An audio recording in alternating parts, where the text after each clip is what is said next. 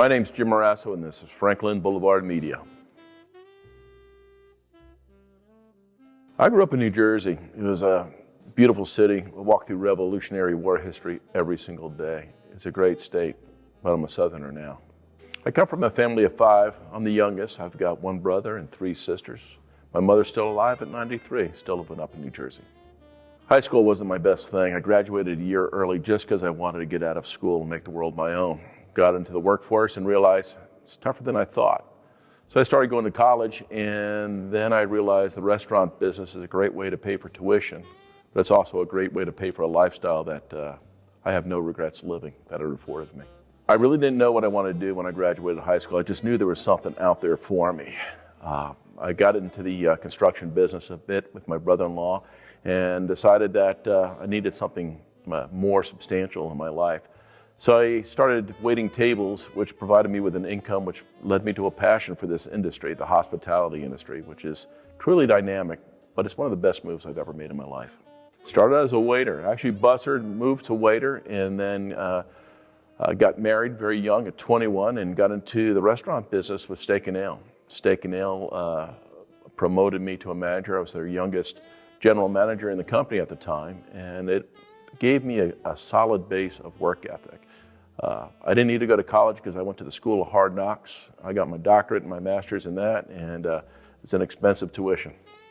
So I've been involved with many opening of restaurants, and one of the things that I always was wondering is how can they do it and how come I can't do it? And it took me a lot of soul searching to have the risk to be an entrepreneur. The rewards are good, but the risks are incredible.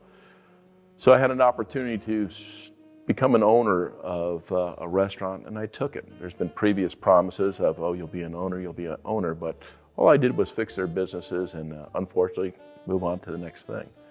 So I seized the opportunity to own a restaurant with Epic Chop House up in Mooresville, and it provided me with great security, a great ability to use my knowledge and my skill set, and just make a decision to start doing it by myself. You know, partnerships are very, very tough. We don't all think alike, but that's not a bad thing. But at times it's not a good thing either. So I made the decision that it would be better for me to call my shots rather than work with a bunch of partners to call my shots. I've got a brother-in-law named Bruce who is my partner in our businesses, and he thinks a lot like me, but he's different enough that we make a great team together. So we went from Epic Chop House to Chill Fire Bar and Grill in Denver, North Carolina. And I fell in love with this space in Gastonia where we started Webb Custom Kitchen.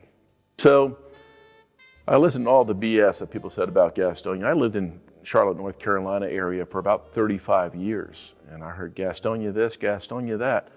And I met a gentleman named Brad Freeman who used to work with me at a restaurant called Manzetti's, which is a fantastic restaurant. Well, we did a family reunion at our restaurant, Epic Chop House up in Mooresville, and he came up and said, hey, Jim, I got to tell you, I left the banking business and I've gotten into the restaurant business. I opened an Irish pub. I said, man, that's outstanding. And he goes, I go, where is it? He says, it's in Gastonia. I'm like, yeah, okay. He goes, you need to come then visit. And I said, yeah, not a chance, man, not a chance. Well, if you know Brad, he's persistent of anything. And he told me about the opportunity for the Webb Theater coming open. And he called me up and said, hey, I've got a restaurant for you to look at. It used to be a previous restaurant. Come and take a look at it. The city owns it. It's up for auction. I go, where is it? He said it's in Gastonia. I go, man, I told you that's not my wheelhouse. And he said a few choice words to me. And I said, okay, I'll come down and visit. The funny thing is I had never, ever been in Gastonia.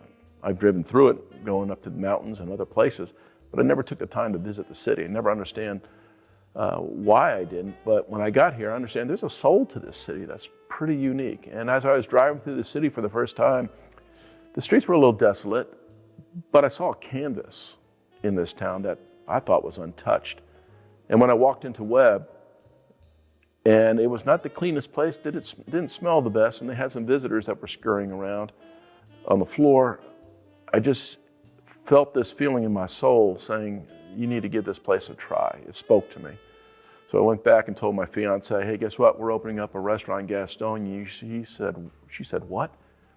And from that point on, it's been my decision to not only change my own perspective about this great city, but change others. And hence, Going on 9 years now with Webb Custom Kitchen, we have become what we said we were going to be, the center of our community. We hire today is 93 employees that work with us. We call them associates.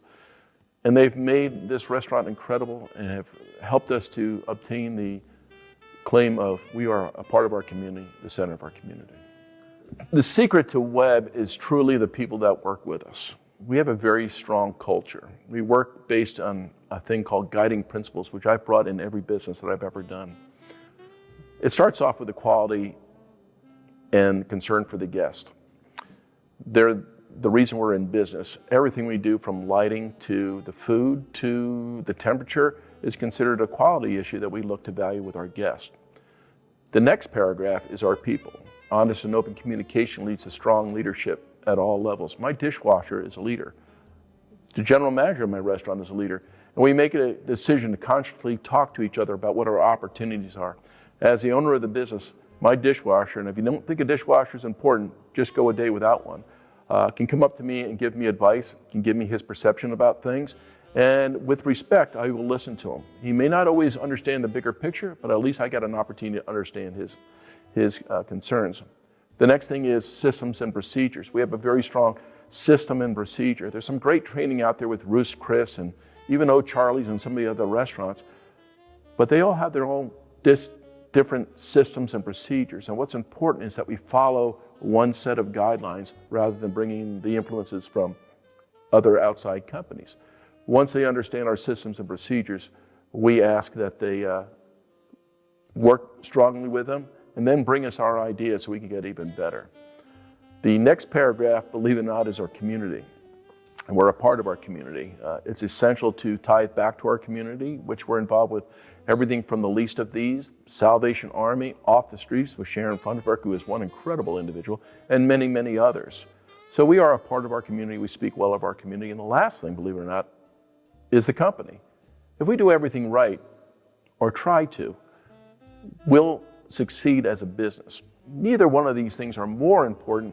It's just that you have to have an order of thought in order to set up a culture of success in your company. So my true success is the people I have working with me. So my goal is to create an outstanding dining experience. I may not be the best restaurant, but my goal is to be the favorite restaurant of our community. We'll make mistakes. And if you're somebody's favorite, sometimes you're a little bit more understanding than we are the best, we will always be the best. Now you're open up to many, many different opinions on what the impression of the best is. We certainly try to strive for that, but being our favorite restaurant in our community is important. What Webb has provided for me is we take the income from Webb and we reinvest it into our downtown. So the goal for Webb is to provide us with other projects in painting this beautiful palette of downtown Gastonia, from the Citizens National Bank to the Rustin Building. And one of the things that I think is important is we don't name these things after ourselves. We don't call it Jim's Custom Kitchen. We tie into the heritage of the city. That restaurant was a theater before us, started by Mr. Webb, who owned 3 theaters, one in Shelby, one in Kings Mountain. The last one remaining is here in Gastonia. So he should be honored in this. This bank that we're in right now is the Citizens National Bank. It'll stay that way, recognizing the history of over 100 years of being in this spot. And the Rustin Building, built in 1904, is going to bear the name of Mr. Rustin, the gentleman who started that. It doesn't need to be my name. It needs to be cohesive history throughout this city. So we look at other surrounding cities around us. Charlotte did its struggle. Then you had some great people like Hugh McCall and Ed Crutchfield working to develop a city. Other small towns and cities are growing. If you look at Belmont 20 years ago was a struggling city. Gastonia is next. An overnight success takes 10 to 15 years. And guess what? As far as I'm concerned, I'm in the 9th year, and I've got 6 more years before we can work together and make this city great. It's important not to be the naysayers of our own town. Why do we want to eat our own town up and say disparaging things? There's bad things that happen in every city. Let's look at the great things that have come out of the city. Let's look at some of the great people that are in the city, and let's support the needs of this city too, including our city government, our county government, and the businesses down here. If we want success, we have to work together. Yes, be critical, but also realize that this is a process. Mistakes are going to be made. If you look at the ballpark, We just took a setback. Not all first generation things work the first time. There's another plan. Give it patience, support it, and if you support your city, next thing you know, we're that overnight success. I certainly appreciate this venue featuring us and talking about all the great things that we're doing in downtown Gastonia and the county. I really appreciate Tarek reaching out and doing these stories of the individuals that make up this city. It's so important that we see the great things that the city has to offer and reflect on those. There's plenty of time to reflect on our mistakes, but let's look to our future and our successes and really support this wonderful city of Gastonia.